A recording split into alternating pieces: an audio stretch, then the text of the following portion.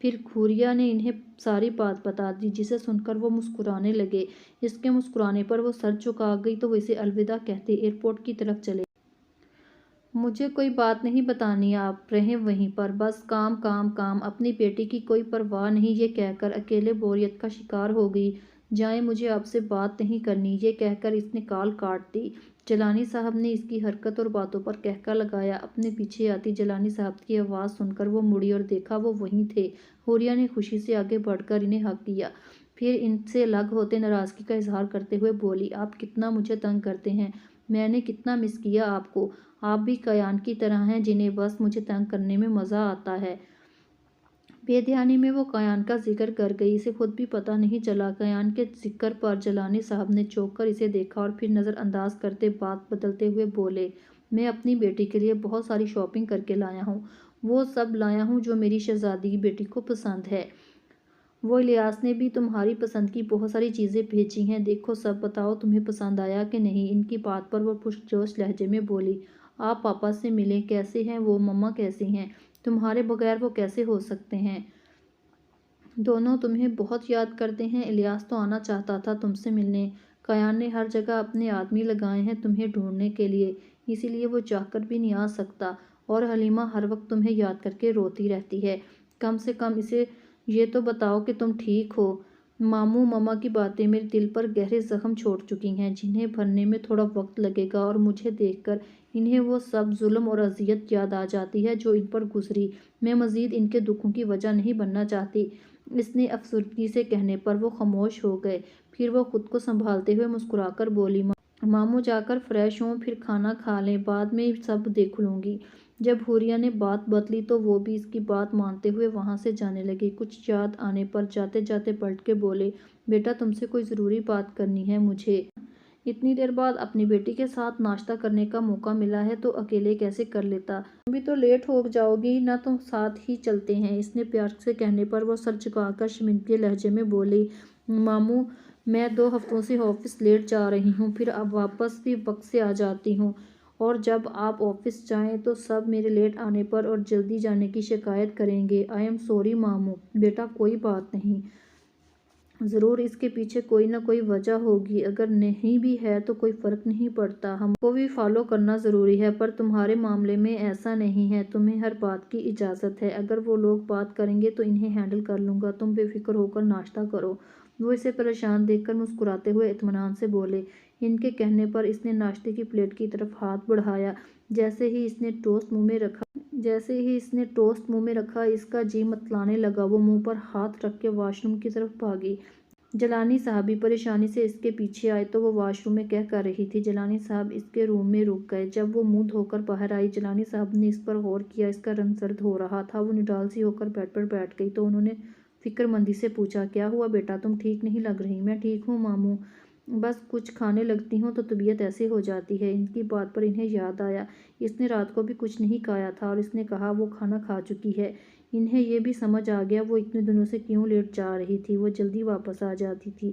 انہوں نے سخت لہجے میں پوچھا، اور یہ سب کب سے چل رہا ہے، تو وہ لاپرواہی سے بولی، یہی 2-3 ہفتوں سے، اور یقیناً تم نے ڈاکٹر کو نہیں دکھایا ہوگا، نہ کوئی میڈیسن لی ہوگی۔ ان کے غصے سے پوچھنے پر وہ سر جھکا گئی اور بولی، نہیں، حد کرتی ہو تم حوریہ، اتنی لاپرواہی اپنی ذات کو لے کر، یہ کیا طریقہ ہے، تم کہیں نہیں جاؤ گی، گھر میں رہو گی، میں ڈاکٹر کو کال کرتا ہوں، آ کر تمہارا چیک اپ کر کے میڈیسن دے دے گی، تب تک تم جا کر ریسٹ کرو۔ نہیں ڈیڈ، آج آفس ضروری جانا ہے، واپسی پر چیک اپ کروا لوں گی، وہ منت بھرے انداز میں بولی۔ ان کے ڈیڈ کہنے پر انہوں نے بہت زیادہ خوشی ہوئی، اور اسی خوشی کے اظہار کو ایک طرف رکھتے ہوئے وہ تھوڑا سخت لہجے میں بولے، کوئی ضرورت نہیں جانے کی، تم گھر رہ کر آرام کرو گی، آفس کے معاملات میرے ساتھ انس دیکھ لے گا، تم یہیں رہو گی۔ اب معلوم ہوا ہے کہ کیان نے سخت لہجے میں بات کرنا کہاں سے سیکھا ہے، وہ منہ بنا کر بولی۔ اس کے بات پر وہ مسکرا دیے اور پھر دوبارہ سے اسی انداز میں بولے، تم جو مرضی سمجھ لو اور کہہ لو، آج سے تم آفس نہیں جاؤ گی۔ ٹھیک ہے، تو پھر میں بھی ڈاکٹر کو چیک اپ نہیں کرواؤں گی اور نہ میڈیسن لوں گی، اب آپ سوچ لیں میں آفس میں جاؤں یا نہیں، وہ ضدی لہجے میں بولی تو وہ ہار مانتے ہوئے بولے، کیا تم میرے نکمے بیٹے کی طرح ضد کر رہی ہو، کیان کم تھا جو تم بھی ویسی حرکتیں کر رہی ہو، کیا کروں، بیوی بھی تو ان کی ہوں، اثر بھی ہوگا تھوڑا سا، اپنی بات کہتے ہی وہ چپ ہو گئی۔ اس کے خاموش ہونے پر وہ بولے، تم ہر وقت اس کا نام لیتی ہو حوریہ، شاید اس بات کا تمہیں خود بھی اندازہ نہیں۔ ہر کام تم کیان کو ذہن میں رکھ کر کرتی ہو، اسی کی باتیں کرتی ہو۔ جب اس سے اتنی محبت ہے تو اسے معاف کیوں نہیں کر دیتی؟ ان کی بات پر وہ چپ رہی اور چہرے پر رقم تکلیف اور بے پناہ محبت کے ملے جلے تاثرات جیلانی صاحب سے پوشیدہ نہیں رہ سکے اور بات بدلتے ہوئے بولے، چلو ٹھیک ہے، تم میرے ساتھ آفس چلو، بس واپسی پر میں تمہیں خود ڈاکٹر کے پاس لے کر جاؤں۔ ان کی کمپنی کے ایچ آر منیجر کے ساتھ کچھ ورکرز مل کر کمپنی کی کچھ اہم پروجیکٹس کی معلومات دوسری کمپنیوں کو بیچ رہے تھے۔ حوریہ نے اس سارے معاملے کی چھان بین کی اور ثبوتوں کے ساتھ ان سب کو بے نقاب کیا۔ اسی وجہ سے وہ آج ضد کر کے آفس آئی تھی۔ جیلانی صاحب اپنے آفس میں اپنی منیجر انس کے ساتھ بیٹھے تھے جب نتاشا اجازت لے کر اندر داخل ہوئی اور بولی، سر مس حوریہ کافی دنوں سے لیٹ آ رہی ہیں اور وقت سے پہلے جب اس کا دل کرے چلی جاتی ہیں۔ اسے دیکھ کر باقی امپلائیز بھی یہی حرکتیں کرنا شروع کر دیں گے۔ اسے کچھ بھی کہو تو ایک کان سے سن کر دوسرے کان سے نکال دیتی ہے۔ اس نے مجھ سے بدتمیزی بھی کی ہے۔ اس کی بدتمیزی والے سفید جھوٹ پر جیلانی صاحب نے اسے سرد نظروں سے دیکھا اور بغیر کچھ کہے اپنے کیبن سے باہر آ گئے۔ ان کے پیچھے انس اور نتاشا بھی آ گئے۔ وہ سب ورکرز کو مخاطب کر کے بولے، لسن ایوری ون، ابھی مس نتاشا مجھے کہہ رہی ہے میری اسسٹنٹ لیٹ آتی ہے، اس کی وجہ سے آپ سب پر برا اثر پڑ سکتا ہے۔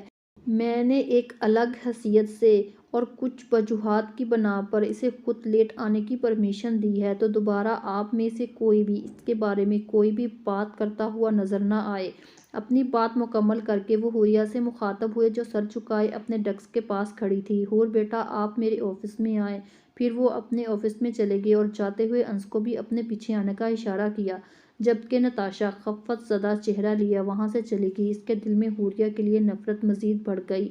حوریہ کے اندر آنے پر وہ انس سے بولے، انس یہ رہی میری بہو اور اس کمپنی کی اونر، میں اکثر یہاں نہیں ہوتا، تمہارا کام ہے اسے کسی بھی قسم کی کوئی پریشانی نہ ہو۔ اس کی بات پر انس نے حیرانگی سے حوریہ کو دیکھا اور ادب سے کھڑا ہو کر بولا، سوری میم، مجھے نہیں معلوم تھا، ورنہ کل صبح آپ سے ایسے بدتمیزی نہیں کرتا۔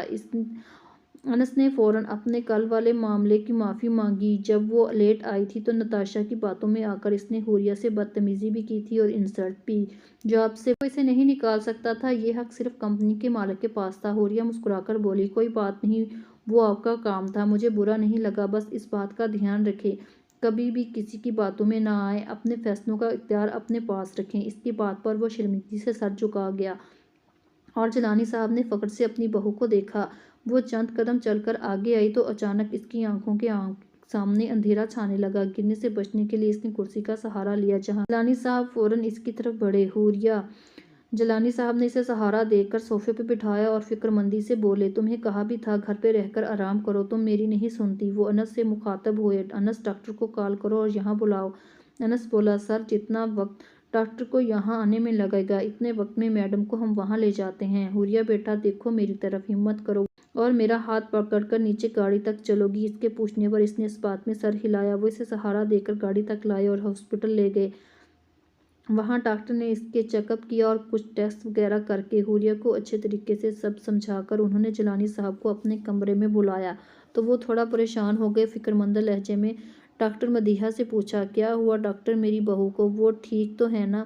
ڈاکٹر مدیحہ ان کے چہرے پر اور لہجے میں واضح گھبراہٹ محسوس کی تو وہ مسکراتے ہوئے بولی، گھبرانے والی کوئی بات نہیں سر، بلکہ خوشی کی بات ہے، آپ کی بہو امید سے ہے آپ دادا بننے والے ہیں۔ ان کی بات پر جیلانی صاحب نے بے اختیار دونوں ہاتھ بلند کر کے اپنے رب کا شکر ادا کیا اور اسی جگہ جہاں پر بیٹھے تھے وہاں کھڑے ہو کر اس مالک کائنات کے حضور سجدہ شکریہ ادا کیا۔ پھر انہوں نے پاس کھڑے انس کو اپنے والیٹ میں سے موجود سارے پیسے نکال کر دیے اور کہا، پورے اسٹاف میں یہ پیسے اور مٹھائی بانٹ دے۔ اس کے بعد انہوں نے بھی ڈاکٹر کو چیک دیا جو اس نے خوشی خوشی قبول کر لیا اور اسی خوشی کا کوئی ٹھکانہ نہیں تھا۔ انہوں نے ڈاکٹر سے حوریہ کو گھر لے جانے کے بارے میں پوچھا تو وہ بولی، جی آپ انہیں گھر لے جا سکتے ہیں، پر ان کا بہت سارا دھیان رکھیے گا کیونکہ وہ بہت زیادہ کمزور ہے، اسی لیے انہیں چکر آتے ہیں، اور انہیں ہر قسم کے سٹریس سے دور رکھیے گا ورنہ کچھ بھی ہو سکتا ہے۔ وہ حوریہ کے پاس کے جو پیٹ پر ہاتھ رکھے اس ننھے وجود کو محسوس کر رہی تھی۔ جب اسے ڈاکٹر نے بتایا کہ وہ پریگننٹ ہے تو اسے یقین نہیں آیا۔ اپنی خوش قسمتی پر آنکھیں بھر آئیں۔ اس کے لبوں پر خود بخود مسکراہٹ بکھری۔ جیلانی صاحب نے اس کے سر پر ہاتھ رکھا تو اس نے آنکھوں میں آنسو دیکھ کر وہ مطلب کچھ اور ہی سمجھے، اس لیے بغیر پوچھے نہیں رہ سکے۔ حوریہ بیٹا، تم ان سب سے خوش ہو نا؟ اس کے لہجے اور خوف میں پریشانی واضح تھی، جیسے وہ سمجھتی ہوئے بولی، ڈیڈ میں بہت خوش ہوں۔ مجھے اپنی خوش قسمتی پر یقین نہیں آ رہا۔ مجھے لگا تھا شاید میری آزمائشیں کبھی ختم نہیں ہوں گی، پر میرے رب نے مجھ پر بہت بڑا کرم کیا ہے۔ اس نے مجھے ماں جیسے عظیم رتبے پر فائز کر دیا، تو آپ بتائیں میں کیوں نہ خوش ہوں؟ میری آنکھوں میں یہ خوشی کے آنسو ہیں۔ تم اور کیان نے مجھے زندگی کی بہت بڑی خوشی دی ہے۔ جیتی رہو بیٹا، ہمیشہ خوش رہو۔ کیان سے جو بھی کچھ ہوا، اس میں اس معصوم کی کوئی غلطی نہیں تھی۔ نیا وجود جو اس میں پنپ رہا تھا، وہ اس کے لیے کسی نعمت سے کم نہیں تھا۔ وہ اس نعمت کو ٹھکرانا نہیں چاہتی تھی، نہ ہی ناشکری کرنا چاہتی تھی۔ دوسری طرف جیلانی صاحب کیان کو یہ خبر سنانے کے لیے بے-تاب ہو رہے تھے، پر وہ حوریہ کا دل نہیں دکھانا چاہتے تھے۔ پر وہ یہ بھی جانتے تھے، حوریہ کیان کو ہر وقت یاد کرتی ہے۔ انہیں امید تھی کہ اب شاید وہ کیان کو معاف کر دے۔ وہ خود اپنے بیٹے سے بہت ناراض تھے۔ اس بات کی خبر نے ان کی ساری ناراضگی دور کر دی۔ کچھ سوچتے ہوئے انہوں نے کیان کو کال کر دی۔ حوریہ کو ڈھونڈتے اسے تقریباً 2 ماہ ہو گئے تھے۔ وہ اسے کہیں نہیں ملی۔ اس نے دن رات ایک کر دیا، پر وہ کہیں نہیں تھی۔ دن بدن اس کی ہمت جواب دے رہی تھی۔ وہ خود پر یقین تھا، غرور تھا، جو حور کو ڈھونڈ لے گا وہ سب ختم ہو گیا، اس سے پہلے کہ وہ بری طرح ٹوٹ کر بکھر جاتا۔ خدا نے اس کی آزمائش ختم کر دی۔ اس کا فون بجنے لگا۔ اس نے فوراً اسکرین پر دیکھا۔ اسے یہی تھا کہ شاید اس کی حوریہ کی کوئی خبر دینے کے لیے کسی آدمی نے فون کیا ہے۔ حور نے اسے کال کی ہے، پر اسکرین پر دیکھا تو جیلانی صاحب کی کال تھی۔ اس کی امید ٹوٹ گئی اور ساتھ ہی خوشگوار حیرت بھی ہوئی کہ ڈیڈ نے اسے فون کیا ہے۔ جب سے حوریہ گئی تھی انہوں نے ایک بھی دفعہ اس سے بات نہیں کی تھی۔ اس نے فوراً کال ریسیو کی۔ کہاں ہو برخودار؟ وہیں ہوں جہاں حور چھوڑ کر گئی تھی، وہ ہارے ہوئے لہجے میں بولا۔ تو ٹھیک ہے، ابھی اور اسی وقت میرے پاس کراچی آ جاؤ، فلائٹ کی ٹکٹ پلیز تمہیں بھیج دے گا، کوئی بہانہ نہیں۔ اپنا حکم سنا کر انہوں نے فون بند کر دیا۔ کیان کچھ دیر فون کو دیکھتا رہا، پھر ولیز سے ٹکٹ اور اپنا سامان جو پہلے ہی پیک کر چکا تھا لے کر ایئرپورٹ کے لیے روانہ ہو گیا۔ ڈنر کے بعد حوریہ کچن میں چائے بنانے آئی۔ آج اس کا دل کر رہا تھا اپنے ہاتھ کی بنی ہوئی چائے پینے کا۔ وہ چائے بنا رہی تھی، اتنے میں ڈور بیل کی آواز آئی۔ سروانٹ نے دروازہ کھولا تو باہر کیان تھا۔ جیسے ہی اس نے اندر قدم رکھا، اس کے کولون کی خوشبو، جو بہت مدھم تھی، جیسے بہت دنوں سے لگائی ہوئی ہو، پورے گھر میں پھیل گئی، جسے محسوس کرتے ہوئے وہ فوراً کچن سے باہر آئی۔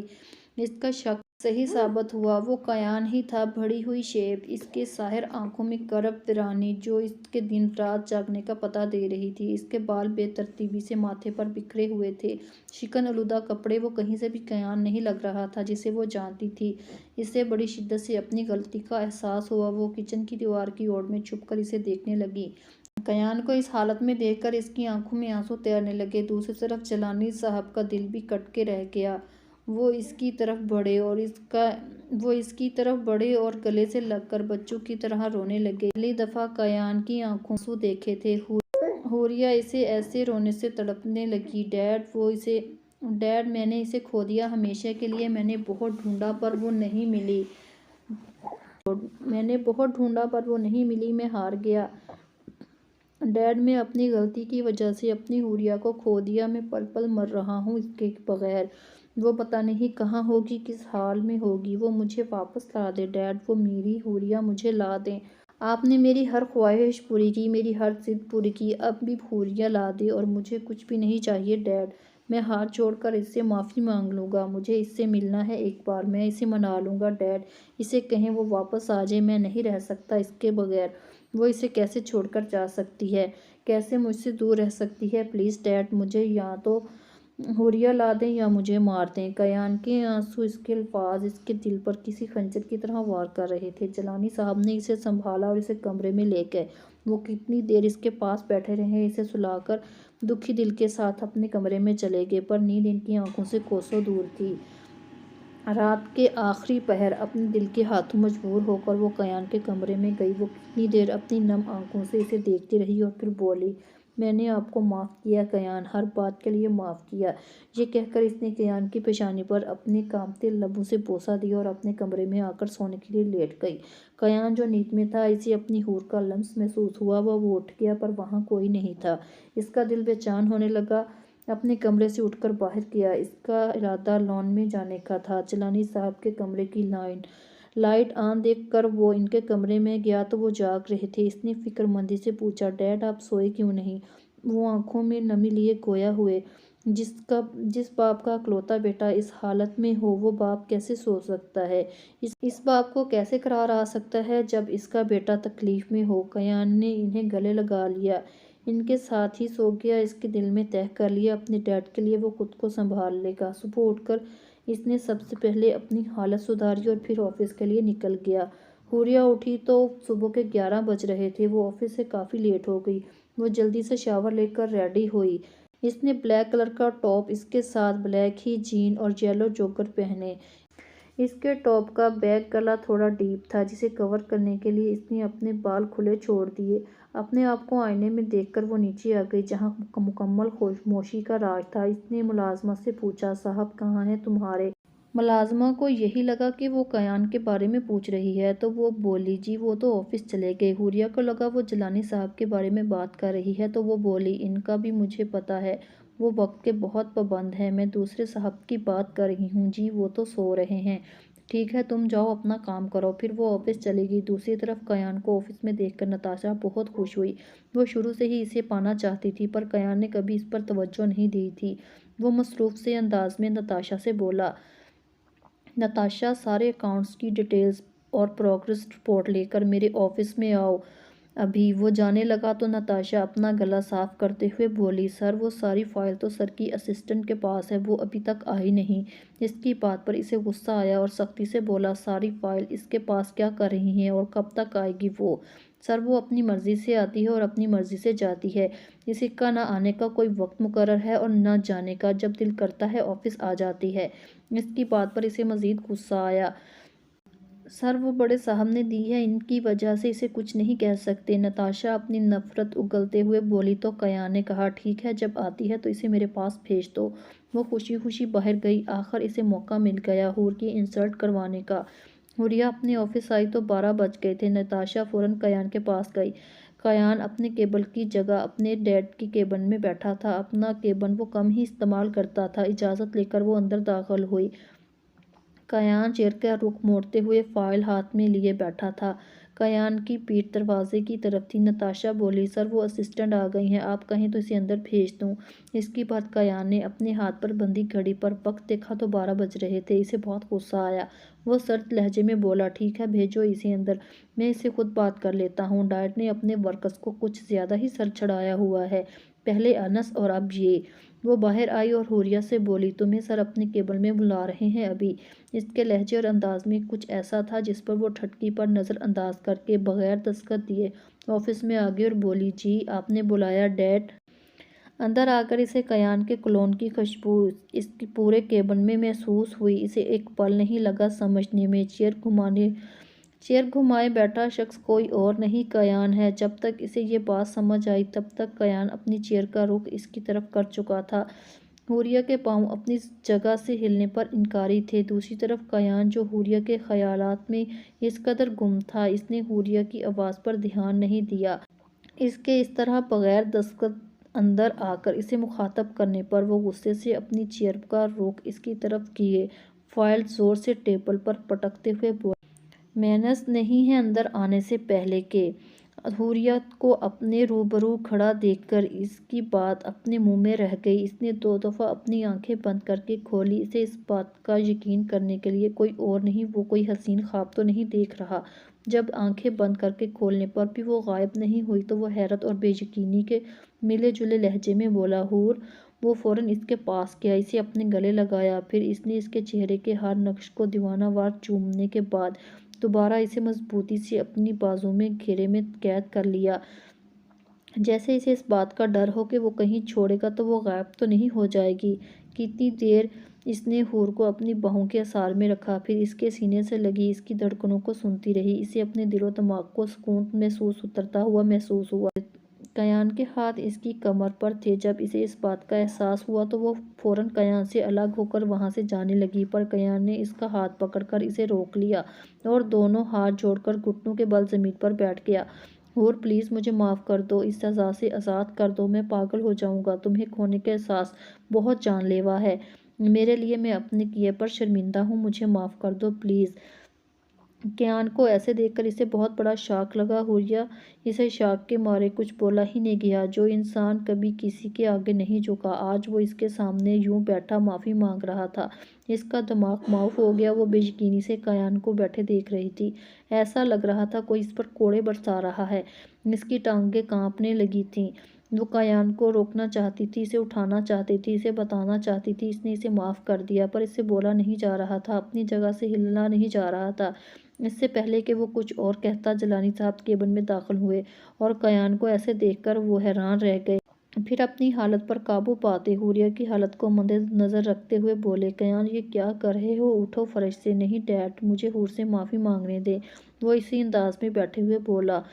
حور کو بھی ہوش آیا۔ وہ فوراً جیلانی صاحب کے پاس آئی اور سرگوشی سے بولے، ڈیڈ پلیز کیان کو اٹھائیں، انہیں ایسے دیکھنا میرے لیے بہت اذیت ناک ہے۔ اپنی بات کہتے وہ بغیر کچھ سنے وہاں سے روتے ہوئے بھاگ گئی۔ کیان اس کے پیچھے جانے لگا۔ جیلانی صاحب نے اسے پکڑ کر روکا۔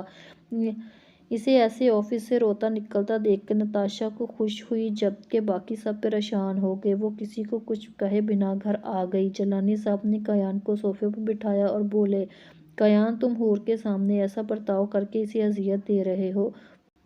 وہ تمہیں معاف کرے یہ فیصلہ اس کا اپنا ہونا چاہیے۔ تمہیں اس سارے معاملے کو اپنے پیار سے اور دماغ سے حل کرنا ہوگا، ایسے جذباتی ہو کر نہیں۔ اس سے معاملہ سدھرنے کی بجائے مزید بگڑ جائے گا اور ایسا نہیں چاہتا تھا، اس لیے تو حوریہ کو بغیر بتائے تمہیں یہاں بلایا تھا۔ حوریہ یہاں تھی آپ کے پاس، اسی لیے وہ مجھے کہیں نہیں ملی، کیونکہ میں نے ہر جگہ ڈھونڈ لیا سوائے اپنے گھر کے۔ تعجب سے اپنے ڈیڈ کو دیکھتے ہوئے بولا تو وہ بولے، ہاں وہ یہاں تھی کراچی میں، وہ تمہارے پاس واپس نہیں آنا چاہتی تھی، نہ اپنے پیرنٹس کے پاس جانا چاہتی تھی۔ ایسے میں اپنی بہو کو اکیلا نہیں چھوڑ سکتا تھا، اس لیے میں اسے یہاں لے آیا۔ ڈیڈ آپ میرے ساتھ ایسا کیسے کر سکتے ہیں؟ میں ہر جگہ پاگلوں کی طرح ڈھونڈ رہا تھا، پل پل مر رہا تھا، یہ سوچ کر میری سانسیں بند ہونا شروع ہو چکی تھی، پتہ نہیں وہ کہاں ہوگی، کس حال میں ہوگی، اس کا خیال رکھنے والا کوئی ہوگا کہ نہیں۔ میری حالت، میری تڑپ اور بے چینی سب آپ کے سامنے تھی، پھر بھی آپ نے ایک دفعہ بھی مجھے حوریہ کا نہیں بتایا۔ کم سے کم آپ مجھے بتا دیتے کہ وہ ٹھیک ہے، آپ میرے ساتھ ایسے کیسے کر سکتے ہیں؟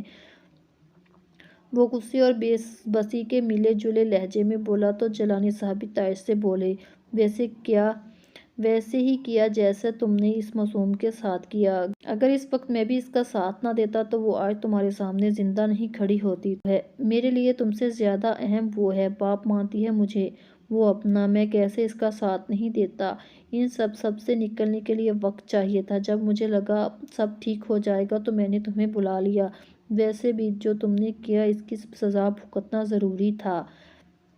ان کی بات پر وہ شرم سے سر جھکا گیا، یہ سوچ کر مسکرا دیا، ڈیڈ نے بھی اس کی جان کی حفاظت کی، اپنی پناہ میں رکھا، اسے اتنی محبت دی، اس کا اتنا خیال رکھا۔ وہ مسکراتے ہوئے بولا، وہ آپ کی لاڈلی ہی، آپ کی وہ اسسٹنٹ ہے جسے آپ نے ضرورت سے زیادہ سر چڑھایا، وہ اپنی مرضی سے آفس آتی جاتی ہے۔ تو وہ اپنی مسکراہٹ چھپاتے ہوئے بولے، خبردار جو میری بیٹی کو لیٹ آنے پر کچھ کہا، گھر جاؤ اور گھر جا کر بات کرو۔ وہ تو میں ابھی جا کر لوں گا۔